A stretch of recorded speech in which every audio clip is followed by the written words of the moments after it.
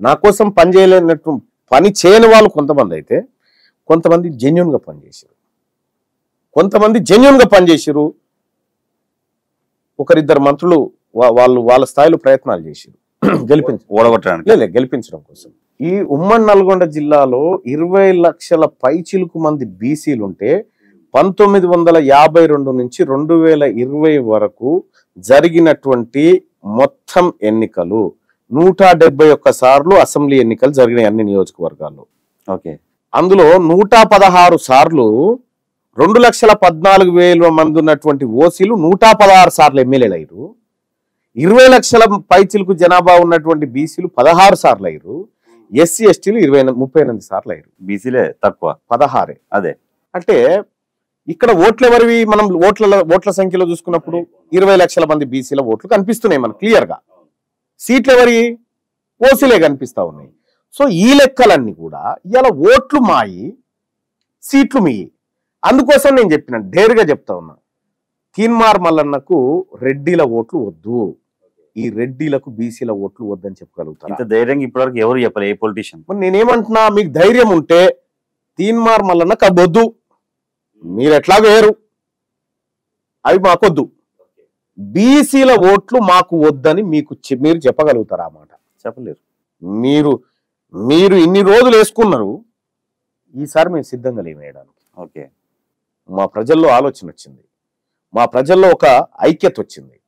కాబట్టి ఇవాళ నేను ఆ డేర్గా మాట్లాడడం జరిగింది. ఇప్పుడు నల్గొండ లెక్కలే కాదు, ఈ తెలంగాణ రాష్ట్రంలో మీ సొంత గ్రామంలో ఓసీల ఓట్లెన్ని, బీసీల ఎన్ని, ఎస్సీల ఎన్ని, ఎస్టీల ఎన్ని అనే లెక్క కూడా మాట్లాడుంది.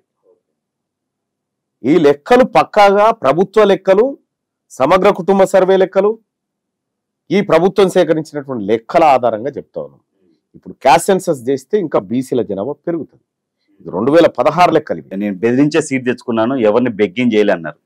ఎవరిని బెదిరించారు, ఎవరిని భయపెట్టారు? అంటే ఒకటి, తీన్మార్ మల్లన్న ప్లేస్ లో వేరే అభ్యర్థి గనక పట్టభద్రుల ఎమ్మెల్సీలో ఉంటే సీట్ గెలవకపోతుండే కాంగ్రెస్. అది సత్యం, అది సత్యం.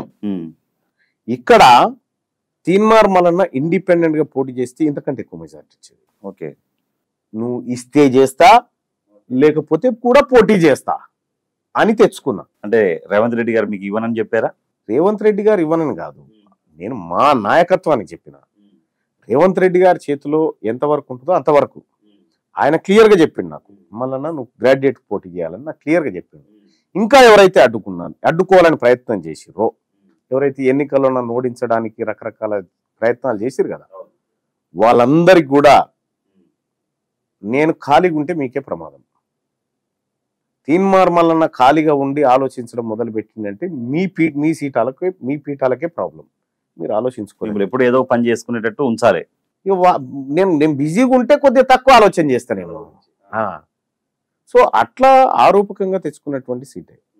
లేకపోతే నిజంగా ఈ సీటు తీన్మార్ మల్లన్న తప్ప ఇంకెవరైనా గెలిచేది ఉంటే వాళ్ళకి ఇచ్చేటోళ్ళు, ప్రధానంగా అప్పర్ క్యాస్ట్ అయితే వాళ్ళకి ఇచ్చేటోళ్ళు.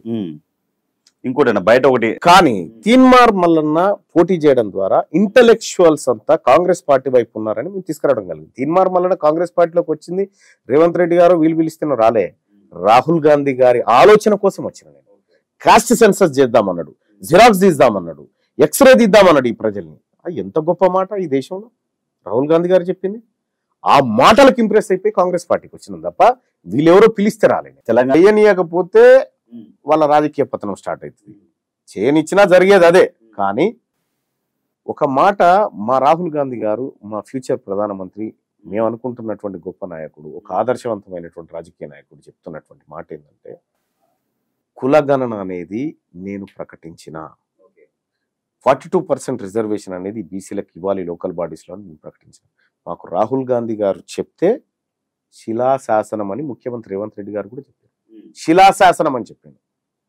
ఇక్కడ క్లియర్గా రాహుల్ గాంధీ గారి మాటే మాకు అందరికీ శిలాశాసనం, మేము నమ్ముతున్నాం.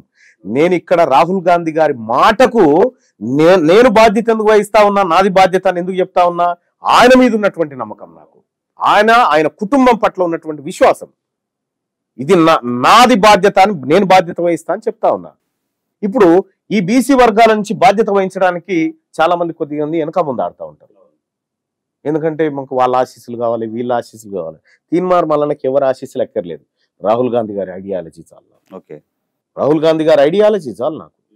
అందుకోసమని రాహుల్ గాంధీ గారి మాటకు నేను బాధ్యత వహిస్తూ ఈ ప్రజలకు చెప్తా ఉన్నా, నాది జిమ్మెదారు అని చెప్తా ఉన్నా. 100కు 200% క్యాస్ట్ సెన్సస్ జరిగి తీరుతుంది. నేను సాటుకు చెప్పను వెంకట్. నేను ఏదైనా చూస్తే ఇది జరిగిందని చెప్తా. అక్కడ జరిగినటువంటి మీటింగ్లో మనం రిజర్వేషన్లు ఎట్లా పెంచాలనేటువంటి దానికి చాలా మంది వచ్చారు, వాళ్ళ సలహాలు ఇచ్చారు, సూచనలు ఇస్తే అందులో పెద్ద ఆయన ఈసారి స్కిప్ చేసేద్దాం అని అంటే ఎట్లా స్కిప్ చేస్తారు? ఇది ఎక్కడ అన్యాయం? ఆ విషయంలో నేను మాట్లాడడం జరిగింది. అది ఓపెన్ గా కూడా చెప్పే విషయం చెప్తా ఉన్నా. తీన్మార్ మల్లన్న పాలసీలనే ప్రశ్నిస్తుండ్రు. మా రాహుల్ గాంధీ గారు ఇచ్చినటువంటి సోషల్ కాజ్ లైన్ ఒకటి నడిపిస్తా ఉన్నాం.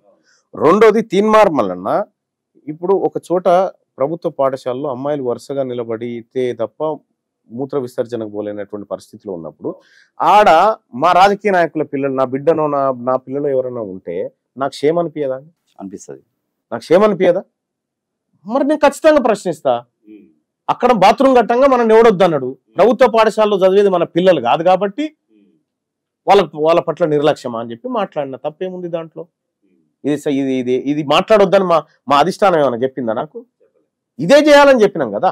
ఇదే చేయాలనేది మా పార్టీ లక్ష్యం, మా అధిష్టానం లక్ష్యం, మా ముఖ్యమంత్రి గారి ఆలోచన కూడా గదే. ఆయన చెప్పింది ఏంటి? ప్రతి ఊర్లో ఒక స్కూల్ ఉండాలని చెప్పిండు, ప్రభుత్వ పాఠశాల, దాంట్లో వసతులు ఉండాలని చెప్పిండు.